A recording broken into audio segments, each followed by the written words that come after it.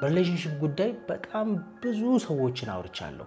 ኢንፐርሰንም በፕራይቬትም በተለያየ መንገድ በጣም ብዙ ጥሩ ሰዎች ሲጎዱ አይቻለሁ። በጣም ጥሩ ሰዎች ለጥሩ ሪሌሽንሺፕ መገንባት ፈልገው ጥሩ ነገር እየተመኙ እየፈለጉ አልሆን ሲላቸው አይቻለሁ።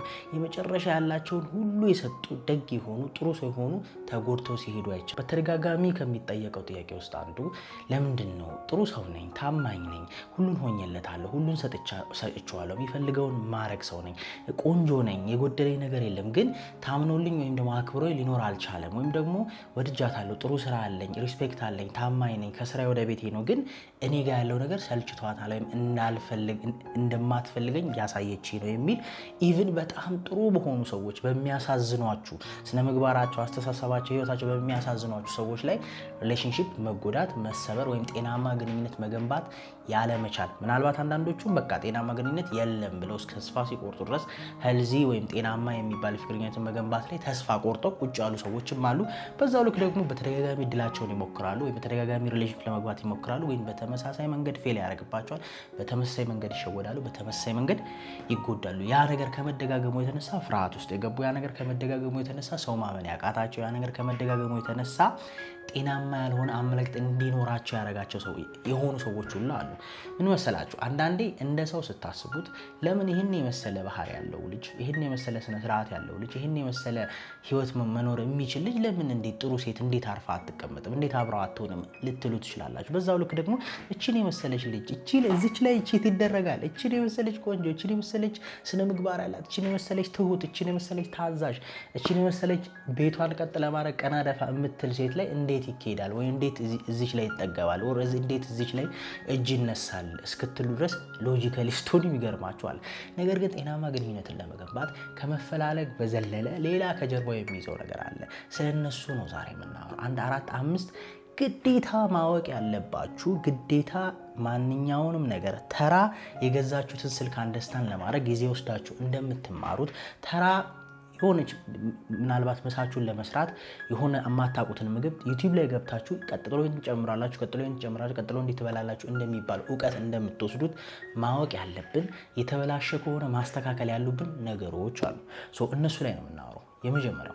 የመጀመሪያው የልጅነት ህይወታችሁ በአብዛኛው ካደጋችሁ በኋላ የምትደግሙት ነው። በተለይ ደግሞ ለሴት ልጅ ከአባቷ ጋር ያላትን ኢንተራክሽን፣ ለወንድ ልጅ ደግሞ ከእናቷ ጋር ያላትን ኢንተራክሽን ወይም ደግሞ ሴት ልጅ እናትየው ለአባትየው ስታሳየው የነበረውን ባህሪ ወይም ደግሞ ወንድ ልጅ እናቱ ለአባቱ ስታሳየው የነበረውን ባህሪ ወይም አታችመንት ይዘን ነው የምናደርገው። ምን ማለት መሰላችሁ? ሰዎች ይመስለናል መርጠን የምናደርግ ይመስለናል አስበን አስተውለን ነገሮች በፈለግናቸው መንገድ የምንወስን፣ ነገር ግን ሪፕሊካ ነው የምንሰራው። የኖርነውን ህይወት ነው የምንደግመው። ለምን ካላችሁ አእምሮ ዋናው ፎከሱ ፋሚሊያሪቲ ነው ወይም ደግሞ ከዚህ በፊት የሚያውቀውን ነገር መምረጥ ነው።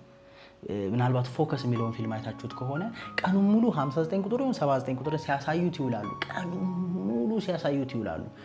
ከዛም አይተው ሲያሳዩት ስላችሁ ግን በፊት ለፊት ሳይሆን ተደብቀው ነው የሚያሳዩት። ሳያስበው ባጠገቡ ያልፋሉ። ሳያስበው 59 ቁጥር ባስ ያሳዩታል። እነዚህ ነገሮች ሁሉ ሲሰበስብ ይውልና መጨረሻ ላይ ቁማሩን ሲጫወቱ ልክ 59 ቁጥርን ሲያይ የሆነ አይነት ኮኔክሽን ያለው መሰለው፣ የሆነ አይነት ሪሌሽንሺፕ ከዛ ቁጥር ጋር ያለው መሰለው። ነገር ግን ቀኑን ሙሉ እነዛ ሰዎች ሁን ብለው 59 ቁጥርን ባጠገቡ በባስ መልክ የሆነች ሴትዮ ልብስ ለብሳ በሆነ ነገር መልክ በ59 ቁጥር 59 ቁጥር እያለ ቢጮህ ሰውዬ አንኮንሽስሊ ሲያሰሙት ነው የቆዩት።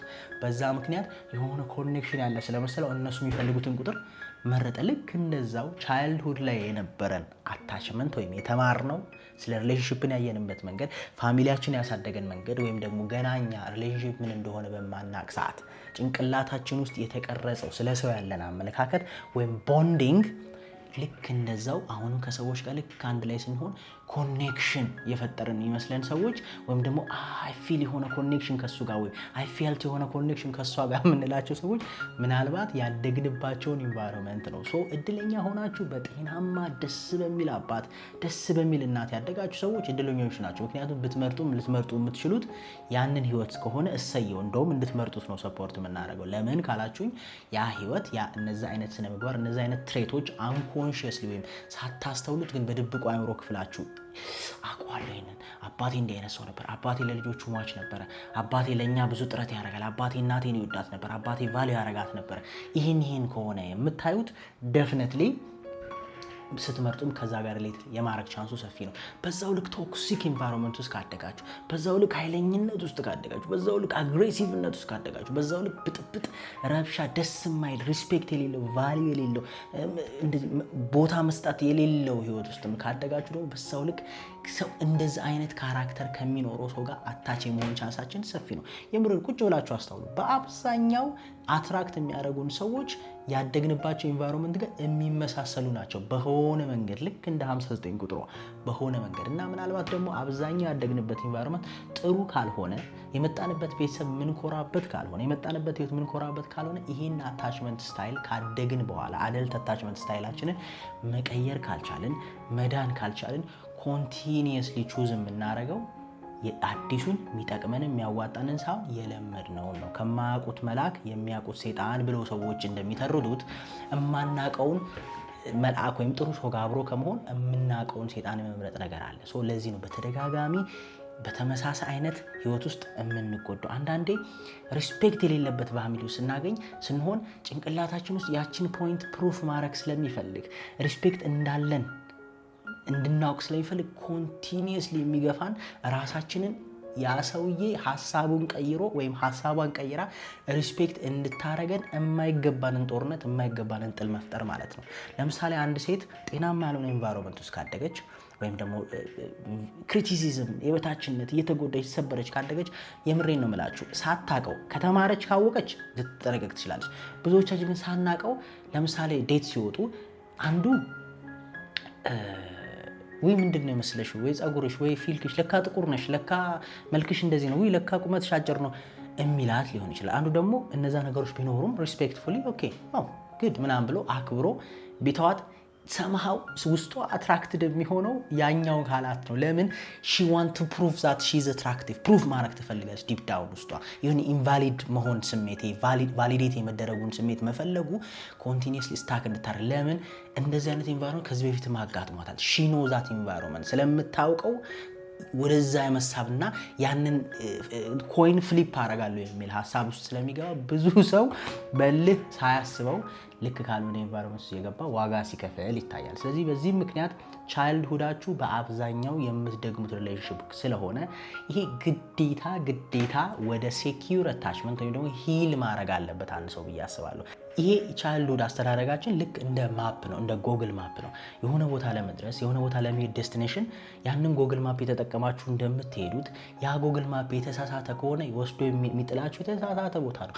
ምናልባት ፈራርሷል እዛ ቦታ ላይ ስትሄዱ ያንን መስመር ወይም ያንን የምትፈልጉት ሪሌሽንሺፕ አታገኙ። ለዛ ነው በነገራችን ላይ ያስተውላችሁት ከሆነ ተመሳሳይ ሰው ጋር የምትወድቁት ወይም ደግሞ ተመሳሳይ ባህሪ ማንነት ያላቸው ግን ከበደ፣ አየለ፣ ሳምሶን እንትና የሚባል ስም ብቻ ነው የሚቀያየረው እንጂ አደኛው ዘዴ የምትጎዱበት መንገድ ተመሳሳይ ይሆናል። ወይም ደግሞ ከልጅነታችሁ በቂ ፍቅር ባለማግኘት ምክንያት ሰው ላይ ጥብቅ ማለት ሰው ከሄደ ሞቼ ይገኛሉ። የራስን ህይወት በሰዎች ላይ ጥንጥልጥል አድርጎ ያ ሰው ካላንተ መኖር አልችልም የሚባል ድረስ እስክንደርስ የሚያደርገን ማለት ነው።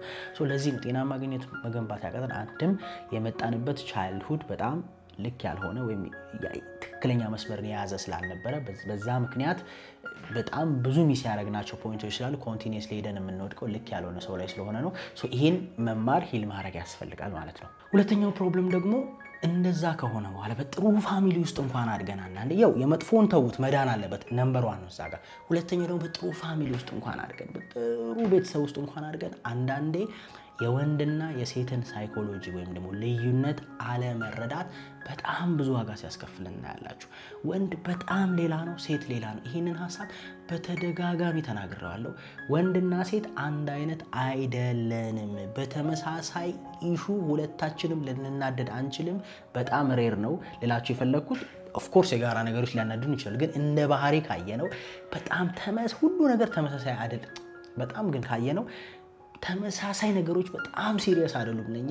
ተመሳሳይ ነገሮች በጣም ደግሞ ማተር የሚያደርጉን ላይሆኑ ይችላሉ። ምን ማለት ፈልጌ መሰላችሁ? ወንድና ሴት አእምሯቸው ሳይንቲፊካሊ ብትገቡ በነገራችን ላይ አእምሯችን ኮምፕሊትሊ የተለያየ ነው። አይ ቲንክ አንድ ዶክተር ሲያወራ ሰምቻለሁ። ጭንቅላታችን ተከፍቶ እንኳን ሲታይ ኮምፕሊትሊ የወንድና የሴት አእምሮ የተለያየ ነው። ላይክ ፊዚዮሎጂካሊ በሚታየው በፊዚካል እንትኑ ራሱ የተለያየ ነው። የሴት ልጅ አእምሮ ኤክስትሪምሊ ኮኔክትድ ነው፣ ውስብስብ ያለ ኒውሮኖች ያሉት ነው። የወንድ ልጅ ደግሞ በተቻለ መጠን ኮምፓርትመንታላይዝድ የሆነ ወይም ደግሞ ኮኔክሽኑ ፊው የሆኑ ናቸው እርስ በርስ አንደኛው ኤሪያ ከአንደኛው ካምፓስ ከአንደኛው ካምፓስ።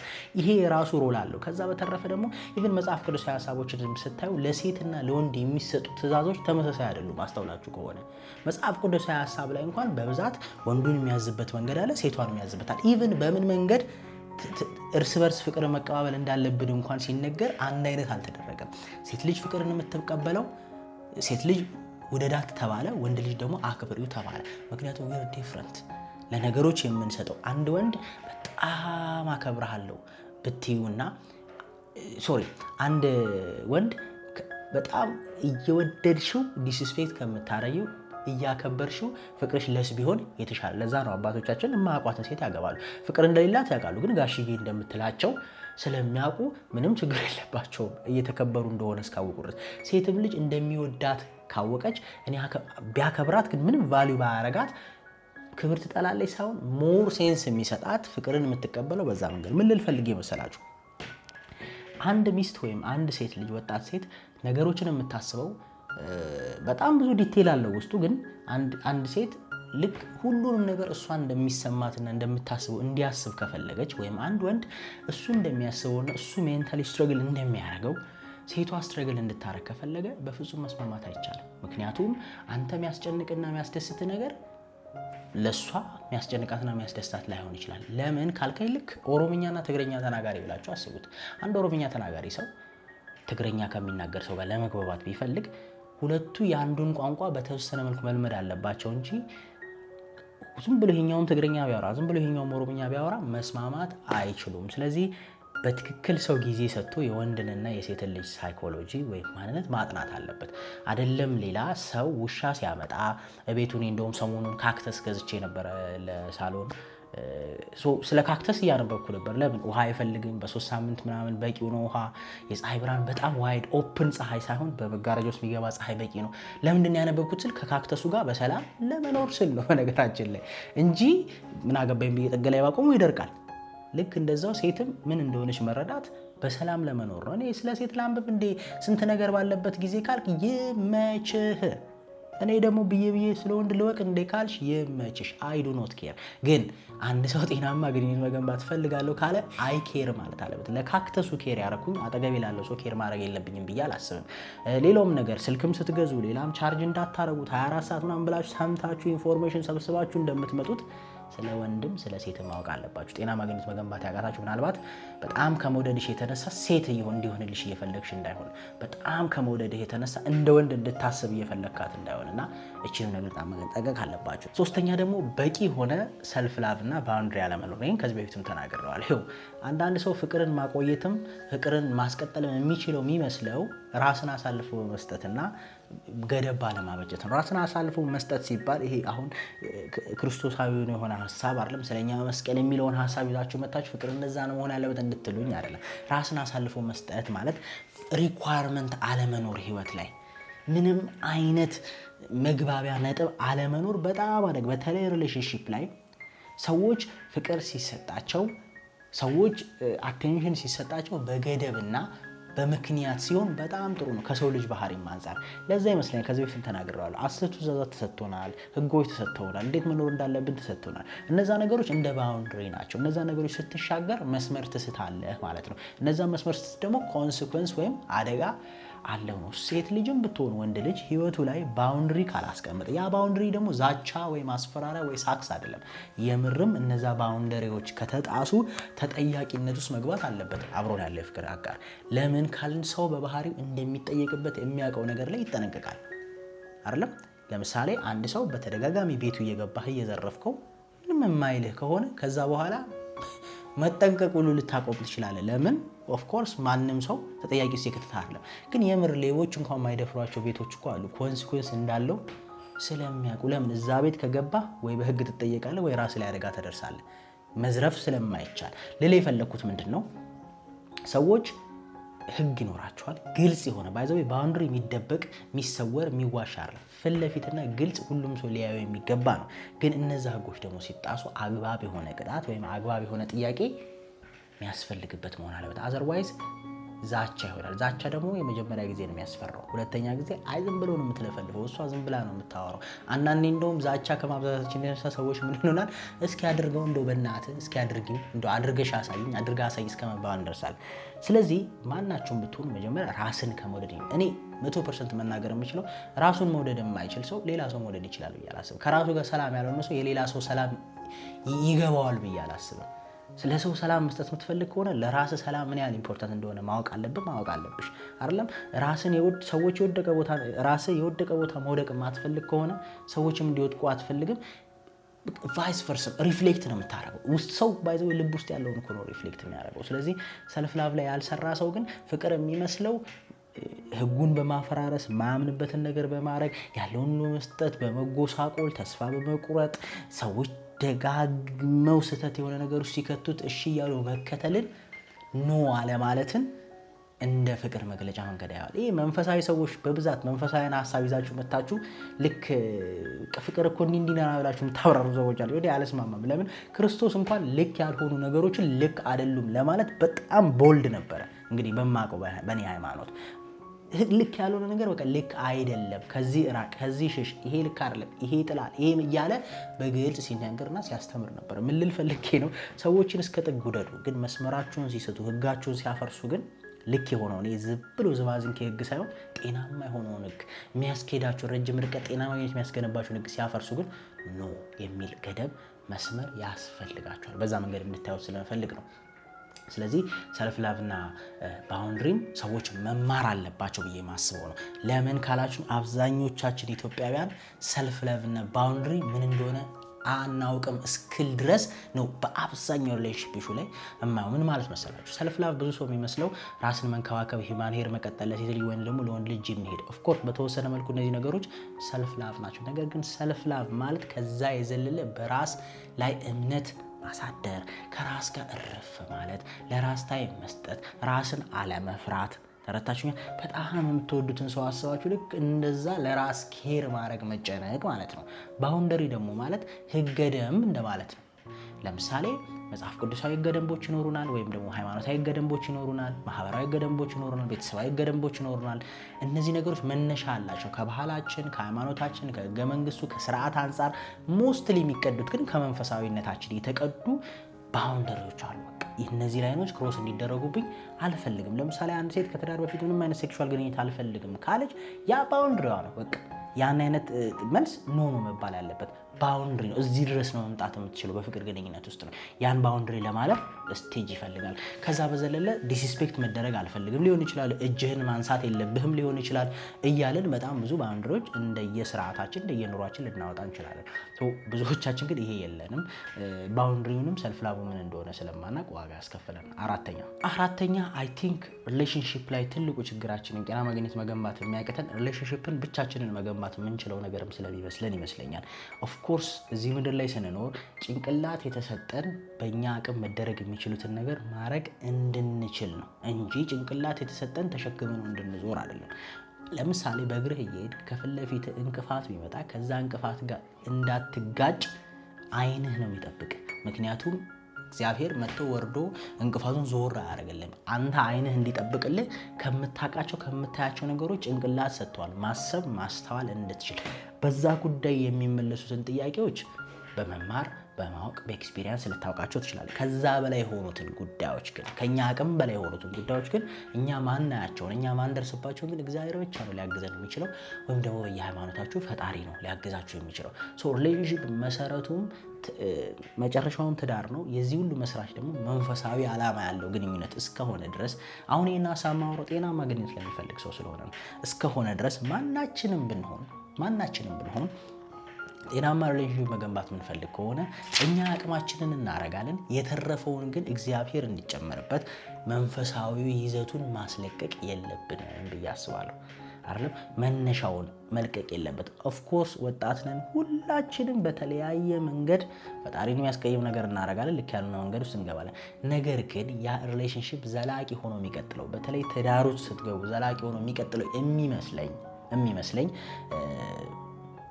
አብሮ መንፈሳዊ ነገርን በማድረግ ወይም ደግሞ እዛ ሪሌሽንሺፕ ውስጥ ፈጣሪን ከሰው ይልቅ ፈጣሪን በማስገባት ነው። እኔ በጣም ብዙ ሰዎችን እንደ ሪሌሽንሺፕም ሳገኝ ለመጠየቅ ሞክራለሁ በቻልኩት አቅም። ምን ልል ነው የሰው ልጅ በተለይ እንደኔ አይነት ፖዚሽን ላይ ስትቀመጡ በጣም ብዙ ሰዎች ስታገኙ ሰው ልጅ ፈልጎ እንደማይለያይ ይገባኛል። ሁለተኛ ደግሞ ማንም ሰው ቢሆን እግዚአብሔር ካልጠበቀለት ሪሌሽንሺፑን ከመለያየት ይድናል ብዬ አላምንም። ለምን ካላችሁ እውቀት ብቻውን አለው ከኛ አቅም በላይ ደግሞ የሆኑ ነገሮች አሉ። እውቀቱን ያላወቀ ገና ሲጀምረው ነው የሚተራመሰው።